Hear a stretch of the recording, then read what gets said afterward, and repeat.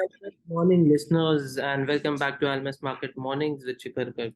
We had the FOMC minutes released yesterday, which basically added on to the confusion. Market participants now see a 30% probability of a rate hike in the next FOMC, up from a very low 0.5% seen a few weeks ago. FOMC members also state a possibility of a mild recession by the end of year, but a recovery post that is also visible. They signal that they have the readiness in case of debt ceiling negotiation hits an impasse, which is also quite interesting that they've made some sort of arrangements even during 2011 and 2013. On the other hand, if we see globally, it was the Korean central bank who continued with the pause button for the rate hike stance. And on the domestic front, we saw some cooling in the equity markets, but the currency showed some strength. So, JK, I'd like to know this strength in the currency is it just a pullback, or we see the rates holding around these strong resistance levels? Yes, if you're talking about the rupee, Shikhar, yes, I think rupee has already had moved down in the last few weeks, and that was also triggered by continuous intervention by RBI. But if you look at the macro picture, even compared to many of the major economies, India is standing very tall. Growth picture is improving. The latest indications are that the final growth picture or the growth number for 23 financial year would be more than 7%. We have inflation which has been dropping on a consistent basis, including the core inflation.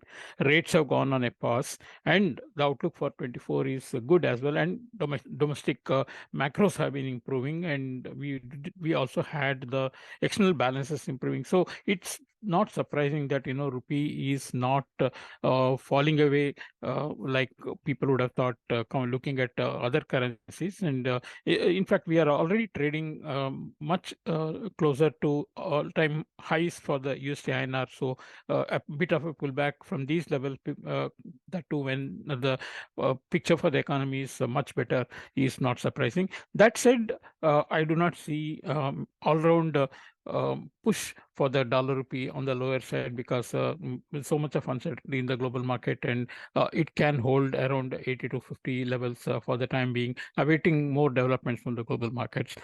Coming to the global markets, first, of course, on the debt, while authorities have been saying that negotiations are going on and a deal will be reached, market jitters are also rising with each passing day.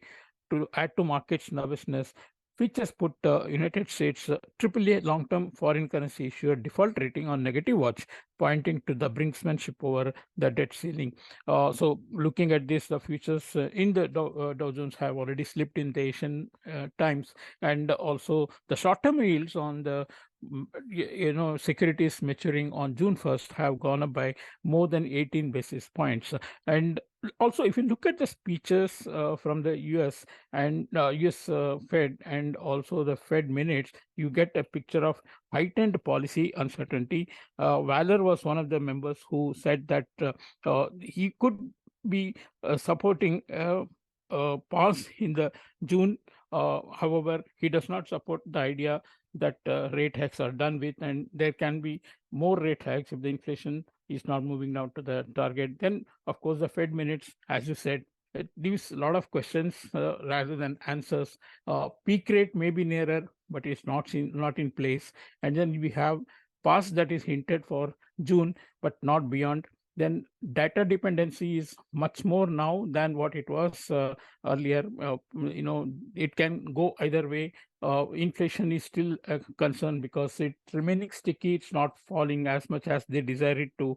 And finally, even the recession, according to Fed staff, would be much milder than what the market is assuming. So what is also standing out of late is that the market drastically pricing out the extent of rate cuts later in this year, now down to 26 BPs from the amount of 3 rate cuts that was initially discounted. And on the economic news, we did have mortgage rates inch up once again above 7% as uncertainty over what Fed will do on in June or beyond. And at the same time, mortgage applications have fallen as well. And we had more hints of European slowdown when the index came down, and particularly on the future conditions, it has dropped much more than expected. So that's more evidence of European economy slowing down and feeling the impact of higher interest rates and higher inflation.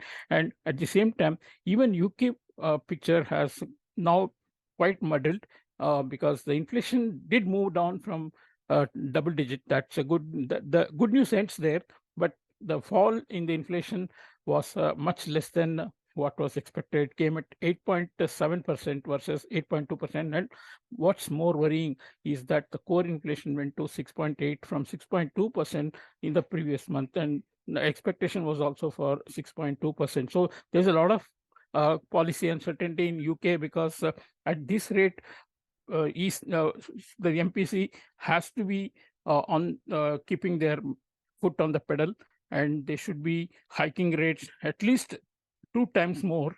That's a minimum, but the worst of the forecasts are for rates moving up to 5.5% from current 4.5%. And it's very inconceivable to think that economy will withstand such a high interest rate even as the price pressures are holding on at the higher levels. And UK is in a very unenviable position because they are one of the largest importers of food, and that's contributing a lot to their inflation. And globally, there is a certain fall in the production of food, and an importer is in the worst possible position. And also because of Brexit, they are facing labor shortages, which is actually adding to the wage inflation remaining higher.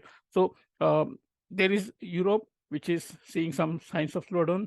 UK definitely going into some slowdown mode. In US, there are mixed data. All this indicates actually that with policy rates really not saying that it will come down, we have a clear-cut picture of global stagflation that is emerging right now. And we did have the Reserve Bank of New Zealand also pressing the pause button rather in the future meetings. Yesterday, they did hike by 0.25%, but possibly indicating that they are done with rate hikes. But at the same time, they indicated that GDP was going to be dropping in the coming months. And even the Reserve Bank of Australia, Philip Lowe, has left no doubts that there will be more rate hikes, although the economy is already slowing down, as we saw in the unemployment report as well.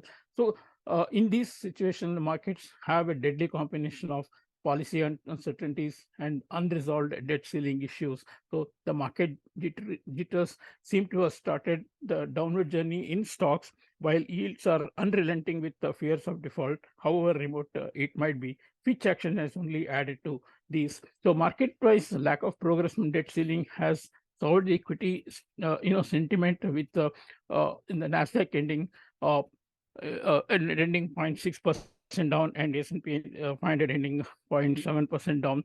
Yields are finishing up in New York with 2 BPs and 6 BPs respectively for 2-year and 10-year. But the again in Asian time, they are moving in a tight range, and despite the sentiment of negative risk, they are really not falling off.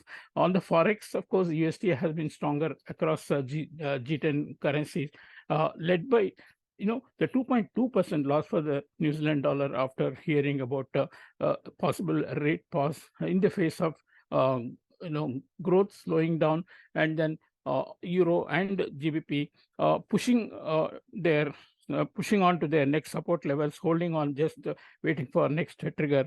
And CNY, which is actually again trading near 7.08 level, and 7.0850 was the level which was a breakdown level after China removed the COVID restrictions back in September 2022. So it's actually a situation where we have too many moving parts, too much of news on every economy, and also mainly on the US situation. We need to keep very close ear to the ground. And while markets are not moving big, but it's really a potential situation for big move in the currencies or in the stocks as well, depending on how things evolve. So please stand by for more developments, definitely. Thank you.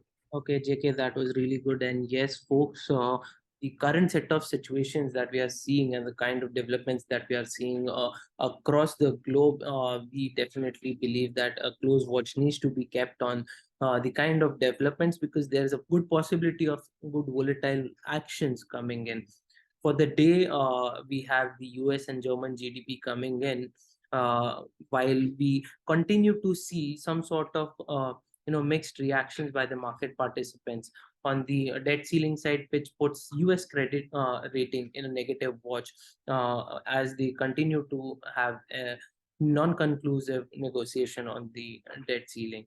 But the Fed, as mentioned, states that there is a possibility of a milder recession, but the overall actionables that we have observed and the reaction from the market participants is to see the quantum of rate cuts coming down to 26 basis points from a high seen of 3 rate cuts earlier during the period. On the UK economy, the picture looks muddled, as JK mentioned. Although the inflation came down to single digits, it didn't come down significant enough, and we are seeing the UK yields closing in on the levels last seen during the gilt crisis last year. So quite an interesting set of actions going on.